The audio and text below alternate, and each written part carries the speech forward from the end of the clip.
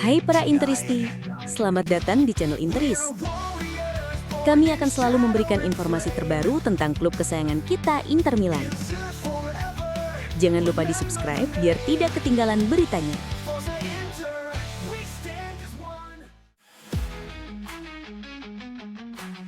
Papali kembali membocorkan informasi panas soal Inter Milan. Kali ini bocoran tersebut mengungkap palet warna seragam ketiga Inter musim 2026-2027 dan para tifosi langsung dibuat nostalgia berat. Inter dikabarkan akan menghidupkan kembali salah satu desain paling bersejarah dalam perjalanan klub. Seragam ketiga musim 1997-1998 yang dipakai Ronaldo Nazario dan rekan-rekan ketika merebut Piala UEFA di Paris. Palet warnanya pun langsung bikin merinding nostalgia, yaitu Iron Grey abu-abu sebagai warna dasar, kemudian hitam untuk aksen, dan Tour Yellow kuning untuk detail kontras. Kombinasi ini jelas merupakan penghormatan terhadap jersey umroh yang sangat terkenal itu, abu-abu elegan dengan sentuhan kuning hitam yang mencolok. Menurut bocoran awal, Nike juga akan merilis ulang seragam 1997-1998 sebagai bagian dari paket perilisan. Selain mengacu pada era Ronaldo Il Fenomeno, skema warna ini juga mengingatkan pada jersey ketiga yang dipakai Adriano pada musim 2004-2005. Bahkan pada musim 2020-2021, Inter pernah kembali memakai kombinasi warna yang sama, menegaskan bahwa palet ini sudah menjadi bagian dari identitas modern Nerazzurri. Detail visual final seragam belum diumumkan, tapi satu hal sudah jelas, aura 1990-an akan sangat terasa. Nike disebut akan mengadopsi estetika retro dengan sentuhan modern. Peluncuran resmi seragam ini dijadwalkan pada Agustus 2026.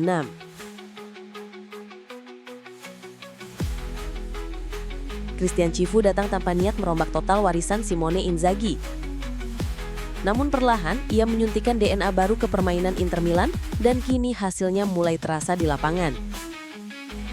Alih-alih mengganti formasi atau membongkar struktur permainan, Cifu memilih membangun sesuatu yang berbeda di dalam sistem yang sama. Tekanan lebih tinggi, ritme lebih cepat, dan transisi balik yang jauh lebih agresif kini menjadi ciri khas Inter versinya. Cifu menuntut para pemainnya menekan lebih dini dan lebih rapat. Model permainan yang membutuhkan presisi tinggi, sekali hilang posisi, Inter bisa terbuka lebar di belakang. Tapi ketika berjalan mulus, hasilnya mematikan. Data pun bicara, musim ini Inter mencatat 44,4 perebutan bola per laga, meningkat dari 42,9 musim lalu.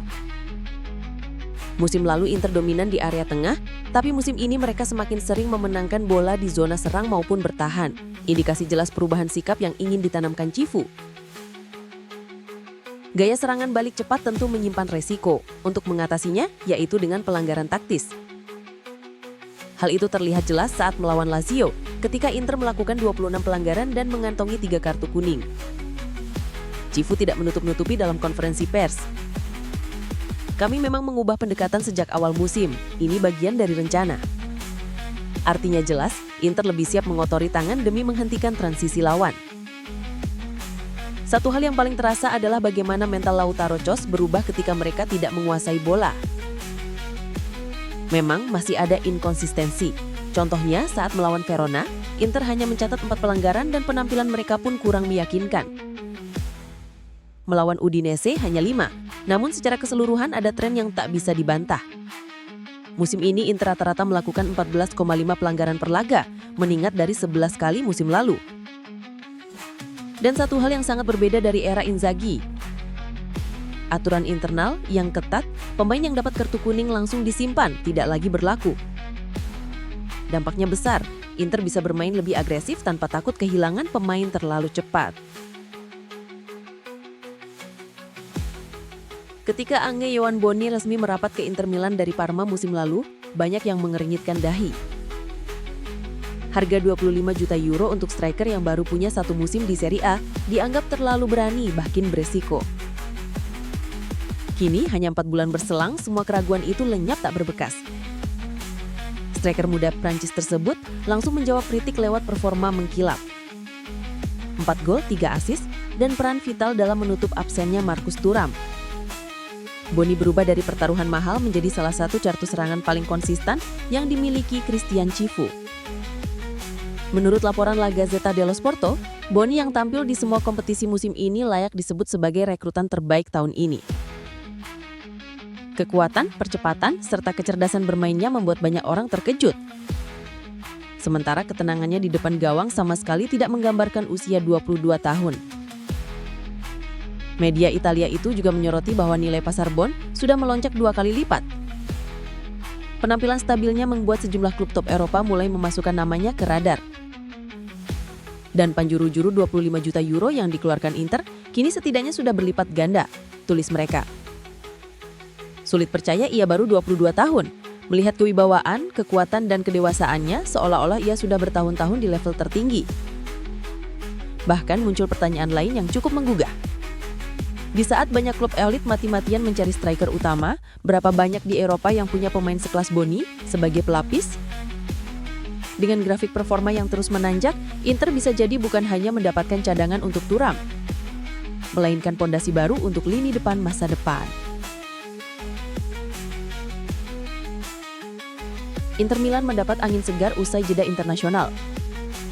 Denzel Dumfries dipastikan tidak tampil untuk timnas Belanda dalam laga kualifikasi Piala Dunia kontra Polandia. Namun penyebabnya bukan cedera serius. Menurut laporan Sky Sport, Ronald Koeman memilih mencoret sang bek sayap hanya sebagai langkah pencegahan. Dumfries merasakan sedikit ketidaknyamanan di pergelangan kaki kiri, tetapi situasinya dinilai minim resiko. Inter pun tidak panik. Bek 28 tahun itu akan segera kembali ke Appiano Gentil dalam beberapa jam ke depan untuk memulai program pemulihan singkat bersama tim medis Nerazzurri. Dumfries dijadwalkan memulai sesi fisioterapi besok dan diperkirakan sudah fit tepat waktu untuk derby Milan pada 24 November mendatang. Efek domino dari kondisi ini adalah absennya Dumfries pada laga Belanda berikutnya. Orange memilih bermain aman dan tidak mengambil resiko. Di Inter, fokus utama kini adalah memastikan sang bek sayap pulih 100%. Namun sinyal awal memberi kabar positif. Dumfries hampir pasti tersedia saat Serie A kembali bergulir usai jeda internasional. Kabar ini tentu melegakan Christian Cifu. Mantan pemain PSV tersebut merupakan pilar penting dalam skema permainan Inter, terutama dalam fase transisi cepat yang menjadi ciri khas tim musim ini. Inter Milan sedang memantau dengan serius perkembangan Alexander Stankovic di klub Brugge. Menurut Tuttosport, performa gelandang Serbia itu di Belgia berkembang begitu cepat sehingga membuat Nerazzurri mempertimbangkan opsi memulangkannya lebih cepat dari rencana awal. Dijual seharga 9,5 juta euro musim lalu, Stankovic langsung menjadi starter reguler di Brugge dan bahkan sudah menjalani debut bersama tim nasional Serbia. Lonjakan performanya jelas tidak lolos dari pantauan Inter yang masih memegang klausul pembelian kembali 23 juta euro 2026 dan 25 juta euro 2027. Sumber via KC Internews menyebutkan bahwa Christian Cifu yang pernah melatih Stankovic di tim Primavera pada 2022 sampai 2024 menjadi salah satu alasan kuat Inter mulai mempertimbangkan opsi buyback tersebut. Stankovic disebut cocok mengemban peran regista, menjadikannya kandidat ideal untuk meneruskan tongkat estafet Hakan Çalhanoğlu di masa depan. Profilnya yang sedang menanjak juga mulai menarik minat dari Premier League. Tottenham dan Newcastle sudah memasukkan namanya ke radar. Inter tahu mereka harus bertindak cepat. Dengan adanya klausul buyback, harga Stankovic bisa menjadi diskon besar dibandingkan nilai pasar yang terus meningkat. Rencana utama Inter cukup jelas, yaitu membawa Stankovic kembali ke proyek tim utama sebagai pemain yang paham sistem Cifu dan memiliki kecerdasan taktis matang. Namun skenario alternatif tetap terbuka. Inter bisa saja membiarkan Stankovic bertahan satu musim lagi di Belgia untuk terus berkembang sekaligus menjaga hubungan baik dengan Brugge.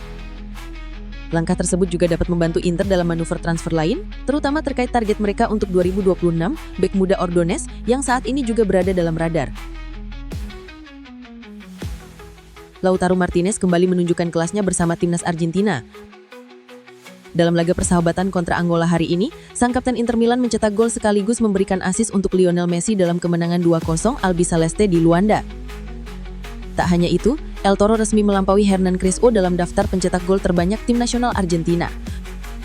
Golnya kali ini adalah gol ke-36, menempatkannya di posisi keempat sepanjang masa, hanya tertinggal 5 gol dari Kun Aguero yang berada di peringkat ketiga. Lautaro membuka skor di babak pertama setelah menerima umpan brilian dari Messi. Dan seolah membalas jasa, striker Inter ini mengirim asis manis pada menit ke-81 untuk gol kedua Pulga yang memastikan kemenangan Argentina 2-0 di Luanda. Pertandingan ini sendiri digelar dalam rangka memperingati 50 tahun berdirinya Federasi Sepak Bola Angola, dan Argentina datang dengan gaya berkat duet Messi Lautaro yang kembali tampil mematikan. Dengan ketajaman yang tak kunjung redup, Lautaro kini berada di jalur cepat menuju 3 besar legenda gol Argentina. Kabar kurang menyenangkan datang dari Pisa. Gelandang muda Inter Milan Ebenezer Akinan Samiro dipastikan harus menjalani perawatan lebih lanjut di rumah sakit setelah mengalami cedera dalam kemenangan 1-0 Pisa kontra Cremonese. Pemain berusia 20 tahun itu mengalami dislokasi akromioklavikulir di bahu kanan. Cedera yang lazim terjadi akibat benturan keras pada area bahu. Dalam pernyataan resmi klub, Pisa menjelaskan hasil pemeriksaan pasca pertandingan. Pemeriksaan menunjukkan adanya dislokasi di ujung akromial tulang selangka bahu kanan Akinan Samiro. Anggota tubuh yang cedera telah diimobilisasi dan staf medis telah menyusun program pemulihan bertahap untuk mengembalikannya ke aktivitas kompetitif. Pemain Akinan Samiro mengalami benturan pada babak kedua dan setelah terlihat menahan rasa sakit, ia langsung mendapatkan perawatan awal sebelum dibawa ke rumah sakit. Belum ada estimasi resmi dari klub, namun cedera jenis ini umumnya membutuhkan 1,5 bulan sampai 2 bulan pemulihan sebelum pemain bisa kembali merumput. Situasi ini tentu menjadi pukulan bagi Pisa yang menjadikan gelandang Nigeria tersebut sebagai salah satu motor lini tengah mereka musim ini. Inter sendiri pasti akan memantau kondisi pemain secara ketat mengingat ia adalah salah satu talenta muda yang diproyeksikan untuk masa depan. Inter Milan kembali bergerak cepat di lini akademi.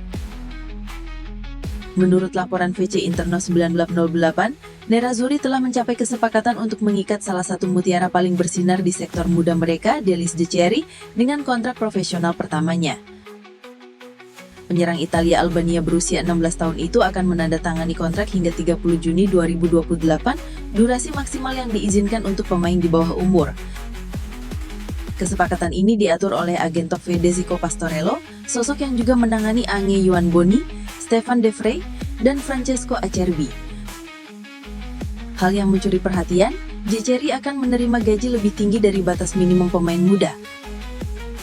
Sinyal kuat Inter menaruh harapan besar pada talentanya dan tidak mau ambil resiko kehilangan pemain akibat rayuan klub lain. Musim lalu Dzeceri hampir henggang ke Empoli, yang bahkan siap langsung memasukkannya ke skuad Primavera, lompatan 2 kategori sekaligus. Namun Inter berhasil mempertahankannya, dan keputusan itu kini tampak sangat tepat. Dzeceri dikenal sebagai penyerang yang bisa bermain di mana saja di lini depan dengan kualitas teknis yang memungkinkan dirinya berfungsi selayaknya gelandang serang. Musim ini ia sudah melakoni debut di UEFA Youth League, berlatih bersama tim U19 di bawah pelatih Benito Carbon dan menetapkan dirinya sebagai salah satu prospek paling menjanjikan di Akademi Inter. Dengan kontrak baru yang segera diteken, Inter memastikan salah satu aset masa depannya tetap berada di Appiano Gentile.